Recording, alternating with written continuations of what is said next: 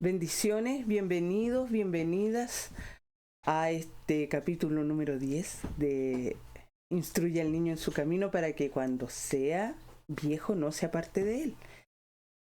La semana pasada comenzamos a ver Lucas, el capítulo número 1. Vamos a ver la historia, estábamos compartiendo la historia de Zacarías, Isabel y su hijo que va a ser Juan, el que va a ser conocido como Juan el Bautista.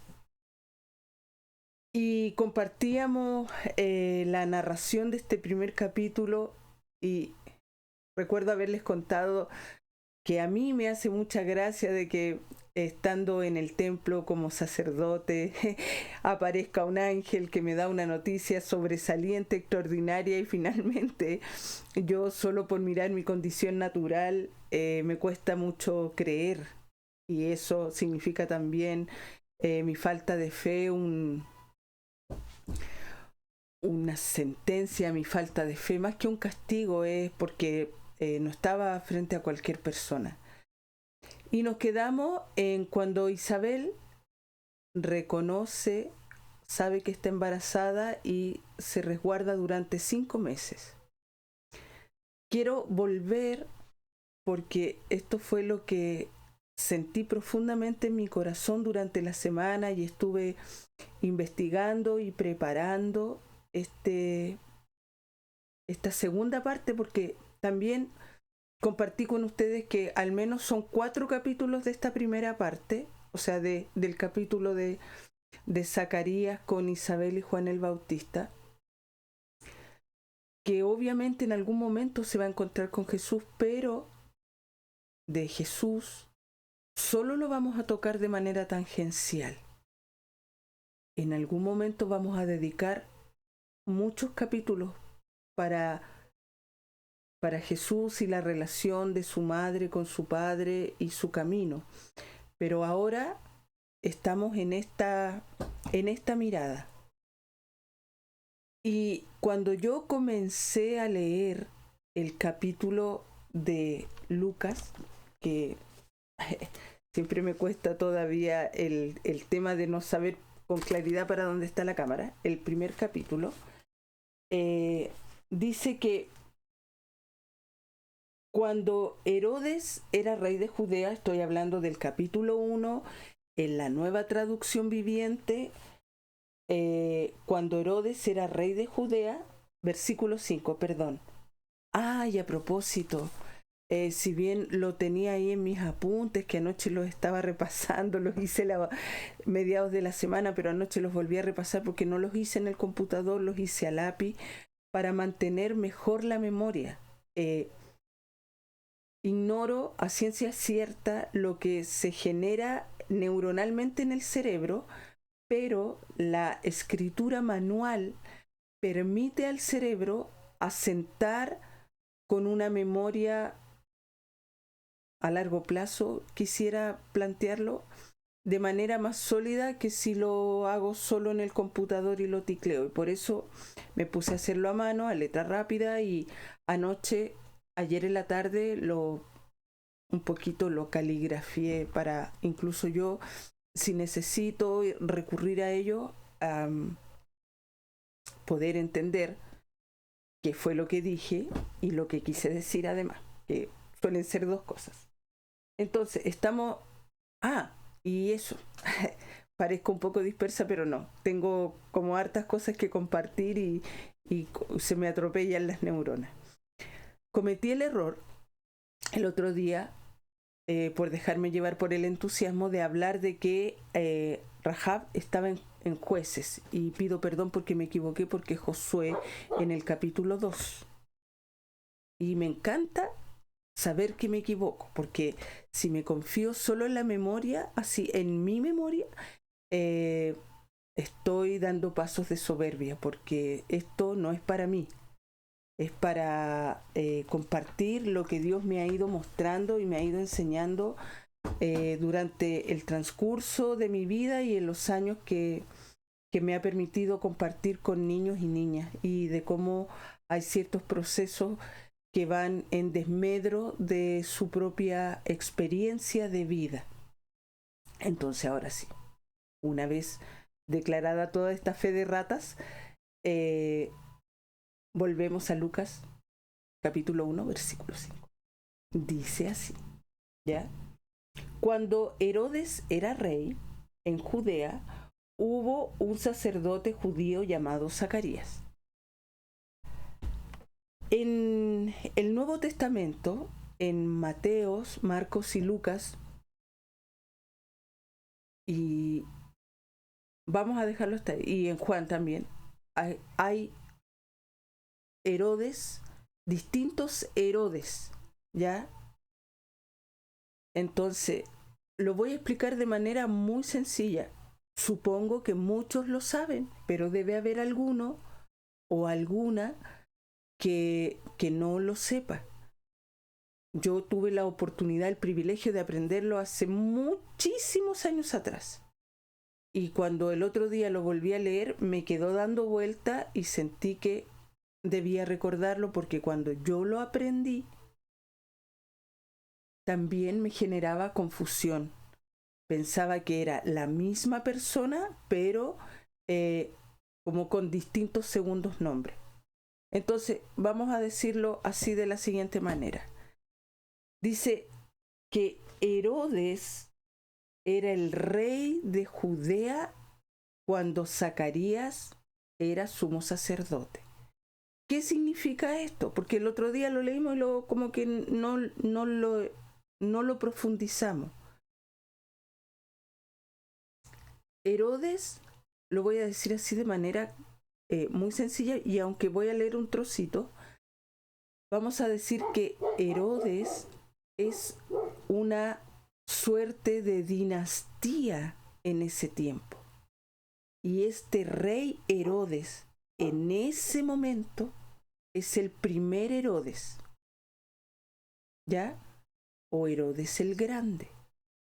Es Herodes el Grande porque, de acuerdo a los estudios que hoy día se tienen y a los avances de la arqueología, la paleontología, la antropología y otras ciencias sociales,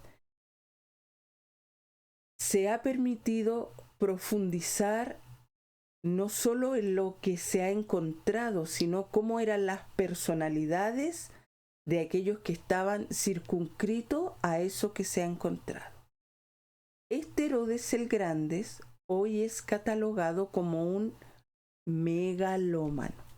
Es decir, Herodes era un hombre que le gustaba hacer grandes construcciones.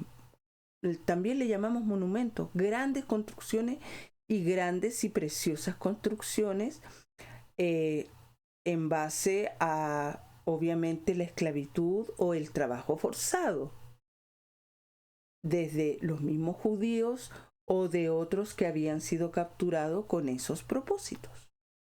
Herodes es el que se construye un palacio y es el que reconstruye el templo de Jerusalén que había sido destruido por la dominación, tanto en primera instancia de los asirios como después de los babilonios. ¿De acuerdo?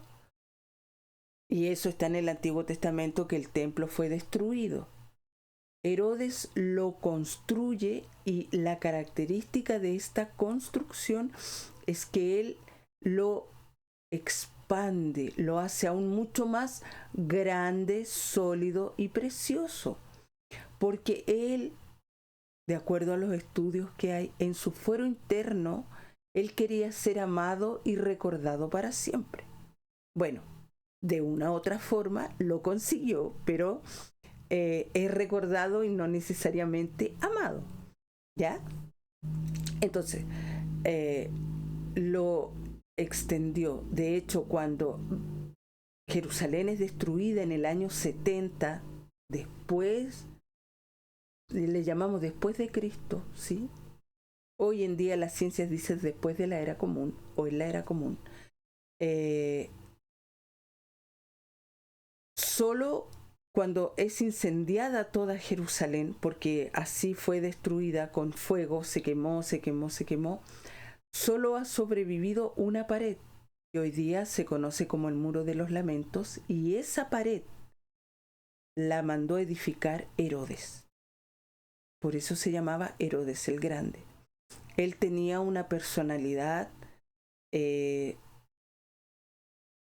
no quiero entrar a denostarlo, pero él era bastante psicótico, más bien psicópata, ¿ya? O sociópata, porque él es Herodes el Grande, el que manda a matar a los niños cuando se entera de que va a haber un nuevo rey. Este Herodes el Grande. Voy a leerles un pedacito muy pequeño para que además entendamos de dónde viene Herodes, porque no fue espontáneo, digamos, en Jerusalén, en Judea, no salió así, sino que hay toda una estrategia para que él llegara a ser el rey de Judea, porque él era rey en ese tiempo. Dice así: Herodes el Grande, rey de los judíos, en el año 40 al año 4 antes de Cristo. Se cree, estoy leyendo un diccionario bíblico, que él nació por ahí por el año 73. Recordar que cuando hacemos esta cuenta de años en la historia de la humanidad como cultura establecida, ponemos un 0 en el centro y vamos hacia la derecha para allá en progreso de menor a mayor. Y vamos hacia la izquierda también de menor a mayor, pero entre más alejado del 0 por la izquierda, más antiguo es. ¿Ya?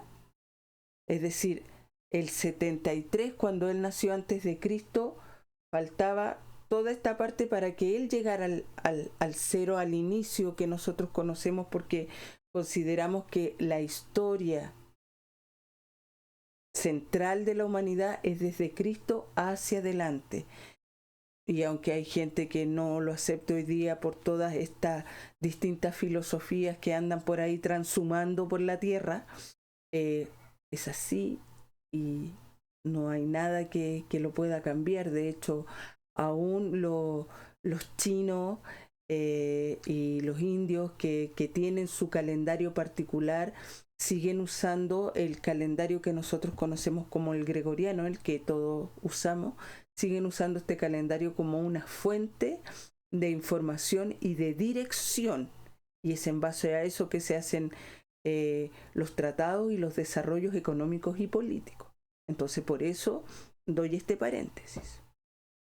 Quisiera no alargarme y les pido perdón para que podamos continuar, pero siento sinceramente que entre más conozcamos de esta maravillosa palabra de Dios, podemos asentar las bases de nuestra fe y de poder compartir con otros. Cuando nos dicen, es que yo leo la Biblia y no entiendo nada, en realidad no solo es porque tienen cegado el entendimiento, sino que para leer la Biblia hay que visualizar un poco ciertos contextos históricos dentro de lo que la historia nos permite. Y como otro paréntesis todavía más pequeñito, unas llaves así, las cuentas históricas y los sucesos, así como entender Edad Media, Edad Moderna, Edad Antigua, Renacimiento, esa estratificación solo fue puesta a fines del siglo XIX. Antes no se comprendía el pasado de ese modo, ¿ya? Y se hizo en un simposio de historiadores y de antropólogos. Hay un libro muy precioso acerca de eso y que, para variar, en este momento no me acuerdo el nombre. Pero sí puedo decir, para los que viven en Chile, que está en todas las bibliotecas municipales de este país, para que usted vaya y se instruya. porque también la palabra dice que el pueblo, la nación, la gente muere por falta de conocimiento, ¿ya? La ignorancia en todo nivel, no solo de la palabra, sino de lo que ocurre alrededor nuestro, siempre nos va a llevar a un estado de muerte física, mental, económica, familiar. Y eso ya está establecido en la palabra hace muchos milenios atrás. Incluso en Chile se dice que la ley, el Código Civil, el Código Penal, se presume conocido por todos. Y aunque desde esa perspectiva yo me declaro bastante ignorante, hay cosas igual que averiguo para no andar por ahí, como uno dice, dando palos de ciego. Ya, volvemos a Herodes.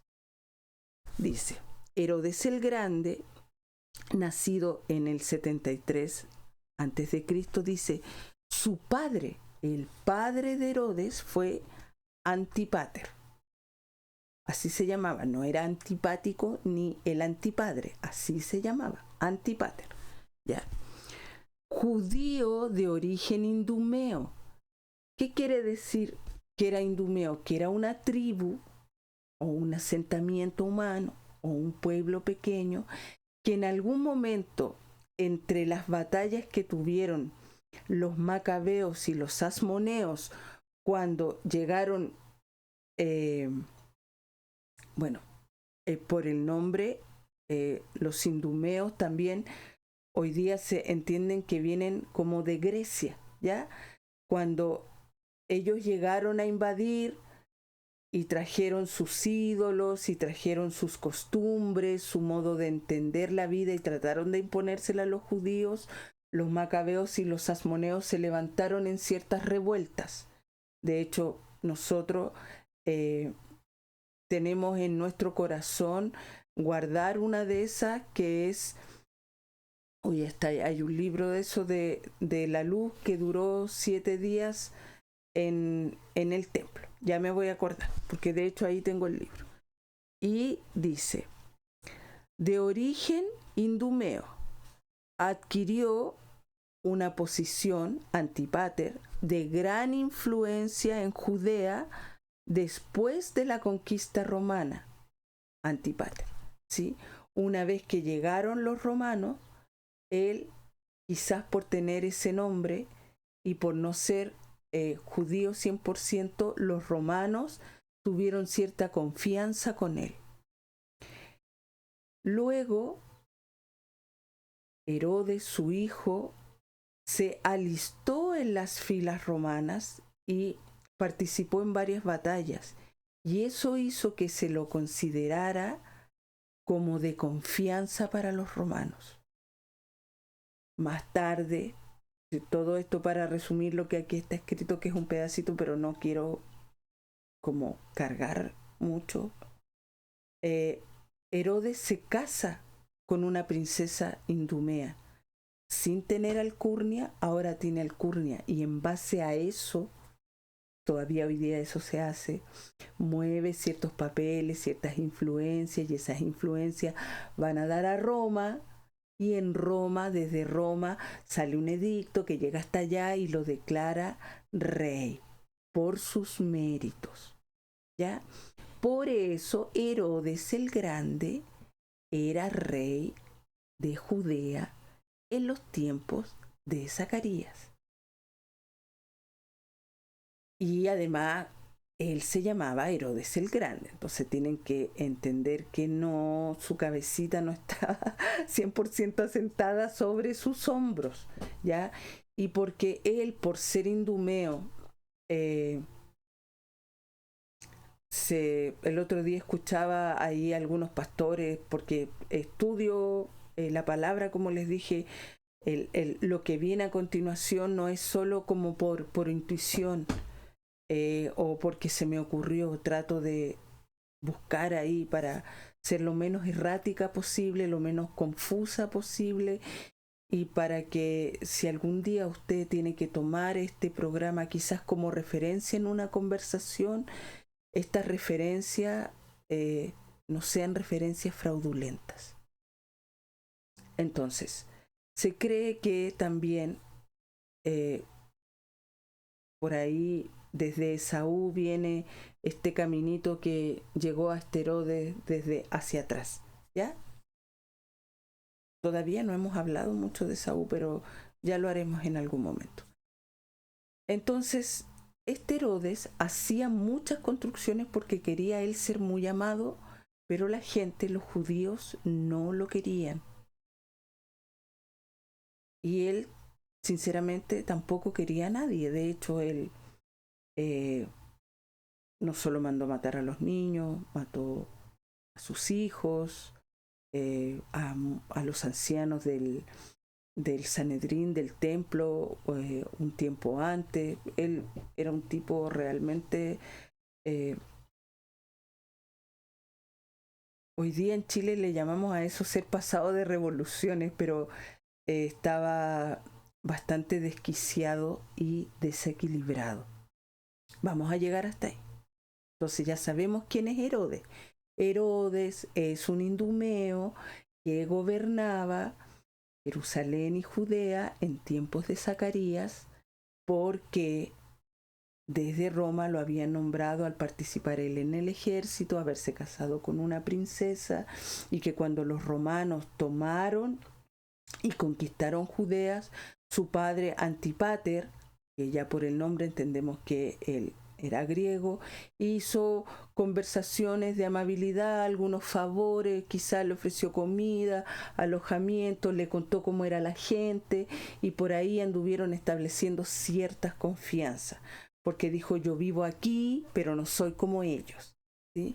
Y eso también es muy común a veces de nosotros, de vivir en un barrio, pero creernos, es que era, como hoy día lo llamaríamos, muy doña Florinda, así como él estaba ahí, pero no era como ellos, no era como la chuma, ¿ya? Y eso estableció finalmente, logró ese puesto de poder y por supuesto de influencia.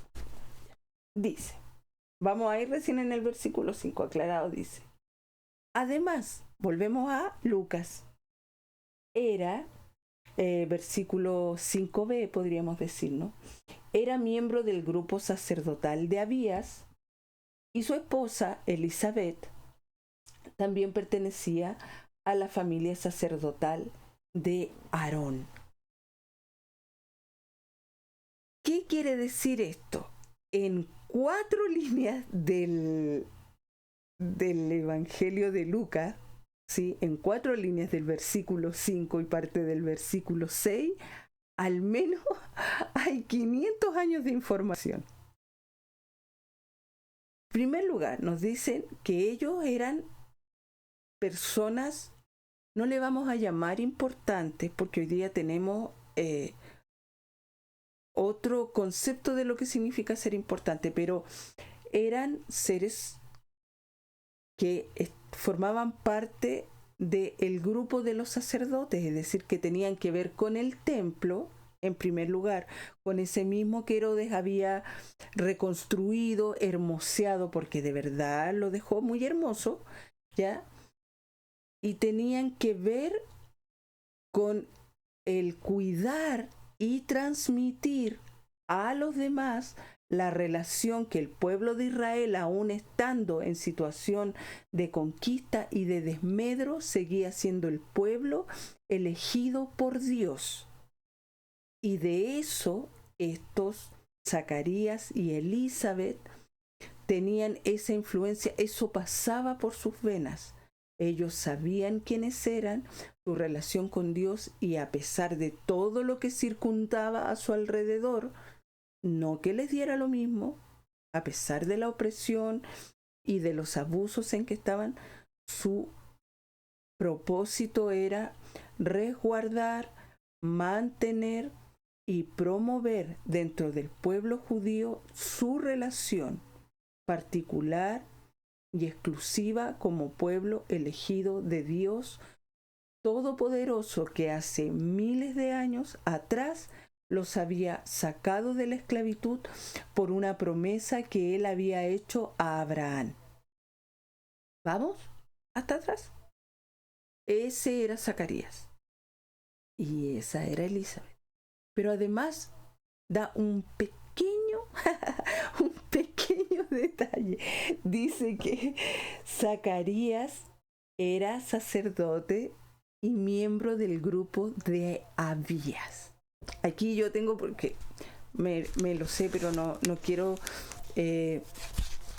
cometer tantos errores. Los cometo, pero no quiero exagerar en eso. Para entender qué significa que era del grupo de Abías, uno tiene que ir atrás, al Antiguo Testamento, al libro de Crónicas.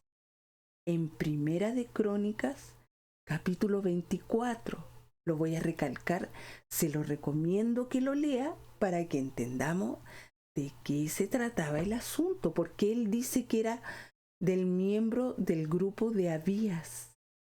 Ese pequeño detalle, no, así como es una cortina gigante. Significa, en Crónicas, en Primera de Crónicas, capítulo 24, dice que se define los grupos sacerdotales en relación al trabajo que ellos van a ejercer en el templo y en el espacio-tiempo que ellos van a ocupar. Aarón tuvo 4 hijos. Todavía no hablamos de eso, pero estoy resumiendo. De los cuales 2 murieron y quedaron 2 más. Uno era Eleazar y el otro era Itamar. De esos 2 hijos que quedaron vivos, Eleazar e Itamar, ambos tuvieron varios hijos. Eleazar tuvo más hijos que Itamar. Esto no es cominillo, es para que entendamos qué significa del grupo de Abías.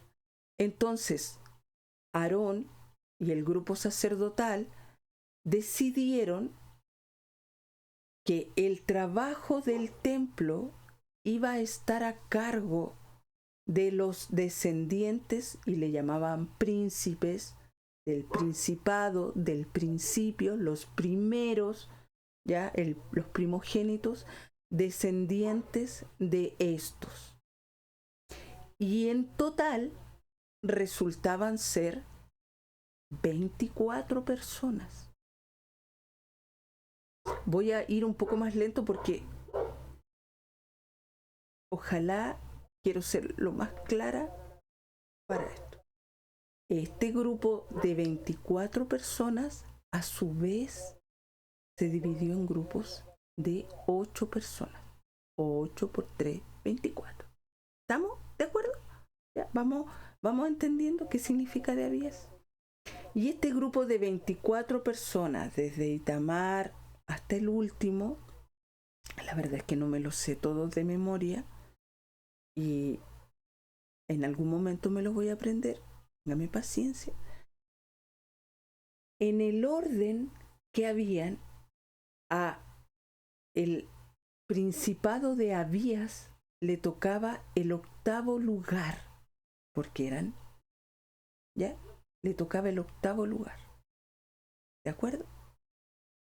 Entonces, nos dice que Zacarías era sacerdote del grupo de Abías. ¿Qué significaba que le tocaba el 8º lugar? Significaba que durante el año de vida, le vamos a llamar el año sacerdotal, a él le correspondía y a su grupo le correspondía ir al templo una semana, cuando ya habían ocurrido, iban ya en la 8ª semana. Ahora, hay un detalle también que quiero considerar importante para lo que queremos hablar. El año judío, y si bien hoy día la nación de Israel también conoce el calendario gregoriano, ellos siguen manteniendo su calendario judío en su vida cotidiana. El año judío o el calendario judío tiene un inicio distinto al calendario gregoriano. para nosotros el año nuevo, ¿ya? O el año viejo, o el año comienza y termina el 31 de diciembre, ¿verdad? Hay personas que se arreglan, hacen una rica cena, otros vamos a la iglesia a darle el primer abrazo a Dios, otros hacen una cena, salen. Aquí en Chile se usan los fuegos de artificio, lo pasan estupendo, todo lo pasamos maravilloso y hacemos propósitos para el año, etcétera, ¿ya? Bueno, ellos no ocurre así, no es el 31 de diciembre. Para ellos, el primer mes del año que se conoce, para nosotros, el primer mes del año, ¿cuál es? Enero. Para ellos, el primer mes del año es el primer mes, se llama Nisan, y comienza con la luna nueva de las cosechas. Y eso sería entre la última semana nuestra de marzo o la primera semana de abril. En esa parte, ¿de acuerdo? Puede que sea un poco quizás confuso, pero sí funciona su calendario. Entre la última semana de marzo y los primeros días de abril, cuando ocurre la luna llena en el mes de Nisan, para ellos es el primer día y ahí va el primer grupo de sacerdotes. Y desde ahí en adelante yo cuento 8 semanas de una semana aquí, otra semana allá, y cuento 8 semanas, y a la octava semana, es decir, a fines de su segundo mes, le tocaba a Zacarías.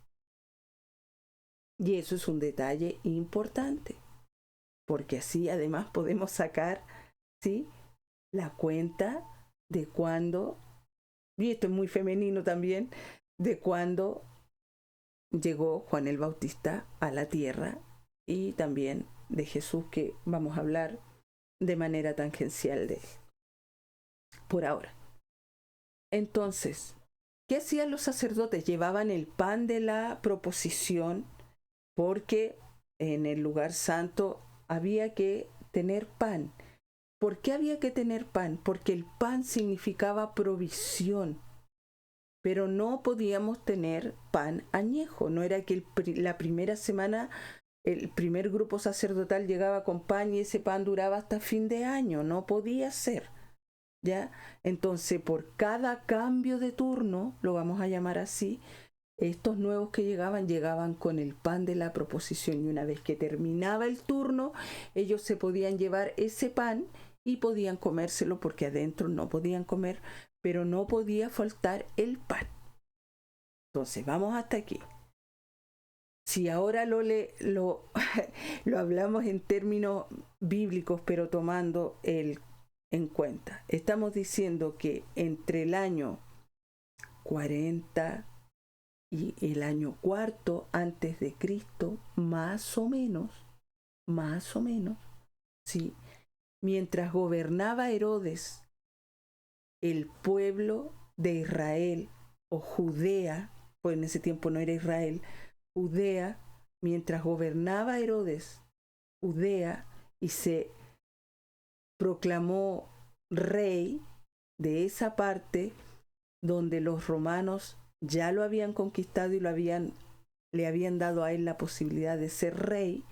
En ese tiempo el sacerdote Zacarías, como hablamos la semana pasada, bajó desde la zona montañosa donde él vivía con Elizabeth a Jerusalén a estar una semana a cargo de los oficios sacerdotales del templo. Y en esa semana que él estuvo ahí, se le apareció el ángel y le dijo todo lo que iba a ocurrir. Le dijo que su oración había sido escuchada. ¿Cuál era? Tener un hijo, un descendiente, alguien que fuera al templo en ese momento para Zacarías, alguien que fuera al templo, que fuera su primogénito, que continuara con esto, para que aún en estas circunstancias difíciles, que es ser sometido a otra nación que no tiene amor ni respeto por las costumbres, le vamos a llamar así, por la relación que ellos tenían con Dios, por su cultura, por su comida, que no tienen ninguna consideración, ni empatía, ni tolerancia para utilizar el lenguaje actual. Aún así, con todo eso en contra, Zacarías anhelaba en su corazón junto a Elizabeth tener un hijo para que continuara con esta posta, más que tradición, con esta posta, con este oficio. Porque también los profetas anteriormente habían declarado que llegaría el Mesías a liberar a Israel. La mayoría entendía que este Mesías venía a liberarlos a ellos de un modelo opresor, que en este caso era Roma, por un lado, y por el otro lado, Herodes. ¿Ya? En esas circunstancias es que Zacarías se encuentra con el ángel, y el ángel le declara que va a ser padre, que su hijo, lo vamos a leer aquí porque después vamos a ahondar en estos versículos. Vamos desde el versículo 13 en adelante. El ángel le dice: no tengas miedo, Zacarías, no temas, no tengas miedo. Lo primero que le dice: Dios ha oído tu oración. Tu esposa Elizabeth te dará un hijo y lo llamarás Juan. Tendrás tú, Zacarías, tendrás gran gozo y alegría, y muchos se alegrarán de su nacimiento, porque él, Juan, será grande a los ojos del Señor. No deberá beber vino ni ninguna bebida alcohólica, y será lleno del Espíritu Santo aún antes de nacer. Y hará que muchos israelitas vuelvan al Señor su Dios. Será un hombre con el espíritu y el poder de Elías. Preparará a la gente para la venida del Señor, inclinará el corazón de los padres hacia los hijos, y hará que los rebeldes acepten la sabiduría de los justos. Es importante porque Elías, decíamos la semana pasada, esto lo vamos a ahondar en un ratito más o en otros capítulos, porque ya voy a cumplir 1 hora y todavía no voy donde quiero ir, pero no quiero ser gravosa en su propio tiempo. Al menos he cumplido el propósito de decir qué significaba esto, de que quién era Zacarías y por qué era relevante lo que estaba haciendo, y quién era quien gobernaba. Herodes, Herodes el Grande, ese es el que construye y el que manda matar a los niños. Entonces, bueno, frente a todas estas promesas, Zacarías, por supuesto, sabe que está hablando con una persona sobrenatural, pero probablemente ha pensado así como en sus circunstancias pequeñas, en su vejez, la vejez de su esposa, en las circunstancias gubernamentales o políticas, entenderíamos nosotros hoy día, y quizás parte del pueblo igual estaba muy enfriado, muy confuso, muy disperso, y que como justo a él le llegaba esta noticia gigante, quizás él no iba con el entusiasmo que otros iban. Entonces, frente a esta gran promesa, claro, le pareció como muy grandilocuente o inmerecida quizás a su persona. Bueno, esta falta de fe hace que él enmudezca, que vuelva a su casa terminada en la semana, y que en ese tiempo él tenga intimidad con Elizabeth y Elizabeth quede embarazada. Dios interviene en esa relación, a diferencia de lo que vamos a ver en algún momento con María, que no es que María estuvo con otra persona, es el Espíritu Santo el que permite que María geste en su vientre un hijo. Porque para Dios todo es posible, porque Él es Dios. una vez que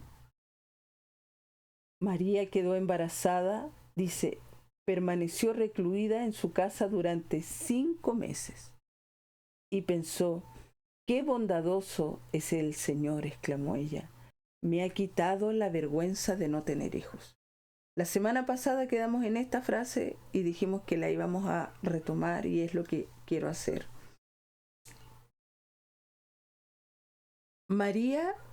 Elizabeth, perdón, no salió a contarle a todo el mundo. Lo que nosotros solemos hacer cuando estamos embarazadas, primero decimos, y le contamos a nuestro esposo y después. Vivir en una zona montañosa, no sabemos cuántos vecinos tenía. Yo vivo en una zona precordillerana, en un valle transversal, pero en una zona precordillerana. Yo no vivo abajo.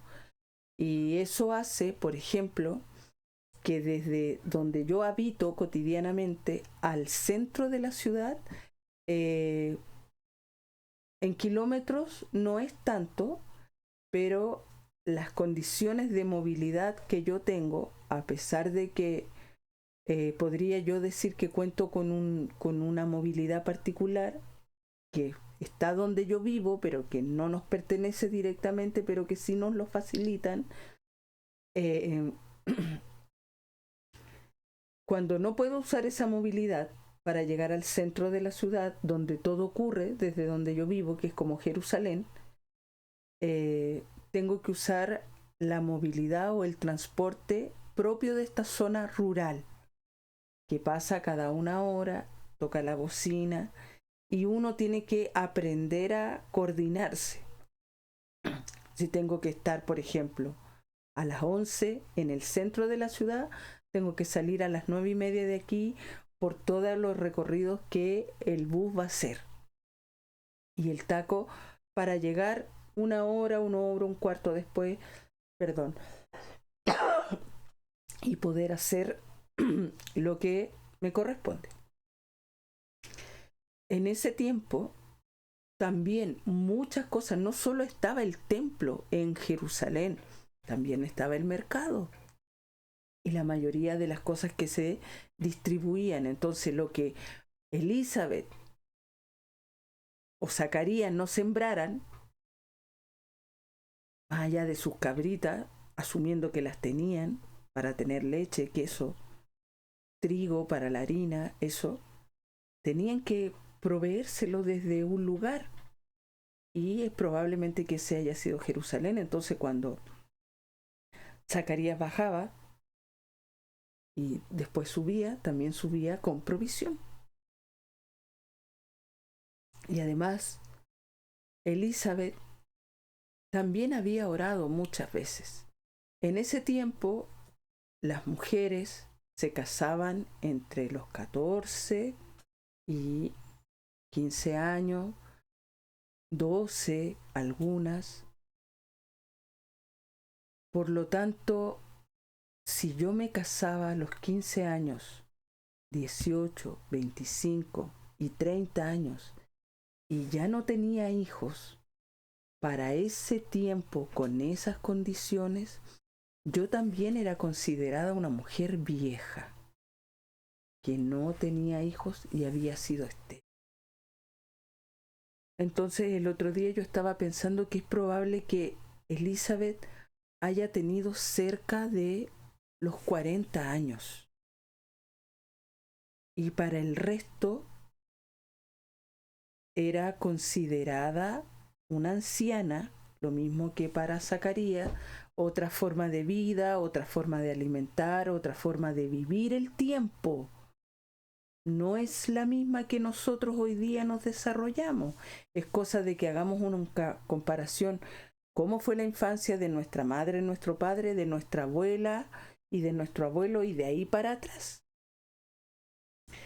Desde esa perspectiva, cuando Elizabeth al fin se percibe embarazada, se da cuenta de que la afrenta con la que cargó, ella reconoce que durante todo ese tiempo, sus años de su vida, tuvo ese dolor para relacionarse con ella misma, con Zacarías y con el vecindario que pudiera tener, porque en algún momento las personas o murmuraron o se lo dijeron de frente: ¿qué va a pasar cuando Zacarías muera? ¿Quién va a ir de la tribu de Abías al templo? Y no poder contestar esa pregunta debe haber sido muy doloroso. Hoy día hay muchas mujeres que tienen ese dolor, no solo por un hijo, también por su condición física, sobre todo en el tema del peso. Y puede parecer un poco, voy a hacer solo un paréntesis, un poco ridículo lo que yo estoy hablando en este momento cuando el tema es otro. Hay muchas cosas que las mujeres cargan y los hombres también, y no lo comparten. Y solo Dios sabe de ese dolor, por el cuerpo, por la vejez, por el tamaño de la corporalidad, por el éxito que se espera que tengamos en un mundo. Y Elizabeth y Zacarías cargaban con el mismo dolor. No sabemos si en esa relación cotidiana entre ellos había amargura, resentimiento o una ferviente oración. Mi intención no es romantizar las relaciones, porque como vimos en unos talleres pasados, aún padres dedicados a Dios no tuvieron hijos obedientes o ellos mismos no pudieron ser todo lo, como hablábamos desde la perspectiva de la psicología, autoritativos que pudieron para tener que sus hijos tuvieran larga vida, como en el caso de Sansón o como en el caso de Caín y Abel, o incluso como la familia de Lot, incluso también como la familia de Noé con su hijo Cam. Eso debe haber sido muy difícil. Y desde esa perspectiva se entiende por qué los hombres y las mujeres que tienen hijos mayores, la relación con ellos es absolutamente distinta. Conozco varias mujeres que han parido hijos pasados los 40 años y no es igual. Hoy día la cultura los denomina padres abuelos, pero no es igual. Y además, si la vida solo te da un puro hijo o es el último hijo que se parece al hijo único, pero que tampoco es idéntico, tener la posibilidad, la última posibilidad de tener un hijo a edad envejecida, realmente es extraordinario. Porque los hombres y las mujeres ya han caminado y se han dado cuenta que ciertas nociones culturales como el éxito, la juventud permanente, el estar, siempre se nos pide que estemos bien en todo, así 100%, así como que no, casi que uno se levante maquillada, se acueste maquillada, la comida nunca se te queme o nunca te quede con exceso de sal o media dura, en esta idea perniciosa que la cultura nos trata de introyectar en el cerebro. Cuando la vida nos da un revés y después este revés es una bendición, nuestra actitud frente a eso es absolutamente distinta. Y voy a solo nombrarlo, es un poco lo que le pasa a Abraham con Sara, que cuando tienen al hijo de la promesa y Dios les pide sacrificarlo, ellos no lo niegan, porque no solo saben en quién han creído, sino que en ese que han creído, aunque han pasado 2 décadas, les dio aquello que prometió y por lo tanto volverá a hacerlo. Entonces cuando Elizabeth dice, el Señor me ha borrado este dolor tan grande que he cargado por años, todas sus raíces de amargura se desvanecen. Y eso hace revivir no solo su relación, su esperanza, porque Zacarías nunca le dijo nada a Elizabeth, porque estaba enmudecido. Por lo tanto, Zacarías era el único que sabía lo que se estaba gestando en el vientre de Elizabeth. Elizabeth además fue prudente, porque si salía embarazada, piensen que Isaías estuvo afuera una semana. Ella no podía llegar y salir embarazada después que él estuvo afuera una semana, porque si hay algo que nosotros los seres humanos no hemos perdido es el exceso de imaginación. Y siempre va a haber una persona con buenas intenciones que va a dejar salir sus pensamientos, sus elucubraciones y sus suposiciones, muchas veces, por supuesto, infundadas. Por eso Elizabeth se guardó tanto tiempo, por prudencia, por pudor y porque, claro, tienes un bebé en una zona montañosa en tu vientre un mes, un segundo mes, un tercer mes, y hay que cuidarlo. Y quieres contarle a tu esposo y tu esposo supongo que te abrirá grandes ojos, te pondrá en una tablilla algo, pero no te habló, no te contó nada. Entonces son una serie de circunstancias pequeñitas que se van sumando. La idea de narrar lo que pasó del principio al fin de este taller es que nosotros entendamos que la Biblia es un libro extraordinario, eterno, que tiene algunos pasajes que hay que, como dice Dios sabiamente, escudriñar así. Buscar es como cuando a uno se le pierde algo y que cree que lo dejó ahí y abre el cajón y busca y saca y después dice no, parece que lo dejé acá y busca y saca y revuelve y después vuelve a ordenar y se da cuenta que hay cosas que están de más. Esa es mi hija que se está sirviendo desayuno. Que hay cosas que están de más y las vuelve a sacar. Eso es escudriñar la palabra, buscar, porque Lucas no era necesariamente judío, como era Marcos y como era Mateo. Y es en su caminar con Pablo el que él entiende, asume, introyecta todo este gran misterio. Y es en su mente de médico, investigador, que pone, como él dice, las cosas en orden. No dice que su orden va a ser el verdadero, el único, el mejor. Las pone en orden para aquellos que van a leer entiendan que estos hechos que ocurrieron tienen un fundamento, una raíz más profunda que solo el acontecimiento por sí mismo.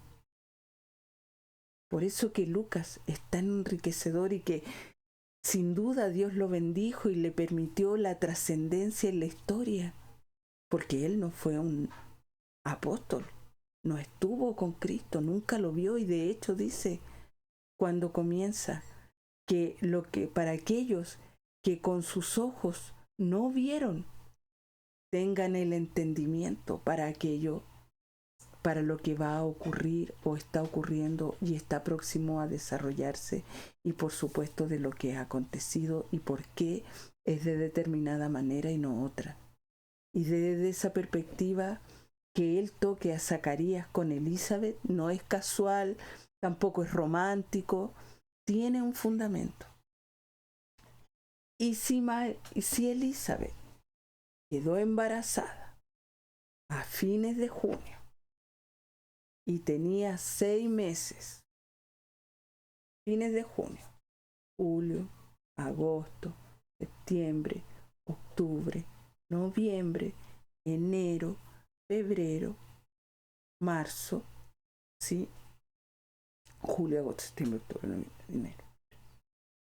cuando quedó embarazada a fines de mayo ese año. Eso, perdón, me equivoqué. En mayo. Juan el Bautista nació en marzo, aproximadamente. ¿Ya? Y si María fue a ver a su prima Elizabeth cuando Elizabeth tenía 6 meses de embarazo y se quedó con ella 3 meses hasta el alumbramiento, podemos nosotros ver desde ahí cuándo fue que nació Jesús. Señor, bendito, te doy gracias por este momento, por esta oportunidad que tú nos das de compartir tu palabra y de que por qué es tan importante educar a un niño en su camino y saber cuáles son los acontecimientos familiares que ese niño trae, no por el tema de las constelaciones como hoy día se ve, sino porque desde donde viene hay una herencia que dice hacia dónde va, pero eres tú, Señor maravilloso, el que determina los propósitos de los seres humanos, no el destino, el propósito. Gracias te damos por todos quienes van a escuchar este programa hoy, mañana y durante la semana. Gracias te doy, Señor, por aquellos comentarios que tú has permitido que lleguen hasta nosotros. Gracias te doy, Señor, porque eres tú el que nos da la vida, el entendimiento, la inteligencia, el ánimo, Señor, para seguir adelante con esta tarea que tú nos has puesto. Gracias te doy por mi esposo que antes de hoy día salir dejó todo preparado, Señor. Gracias te doy por los pastores y las pastoras en quienes he recogido esta información que hoy día puedo compartir desde la pantalla con otras personas a quienes va a llegar esto. Gracias te doy, Señor, porque todo es para ti. Todo es para que nosotros tengamos entendimiento y podamos educar a nuestros hijos en tu palabra, en tu dirección, porque no hay estándar más alto que tu reino y tu justicia.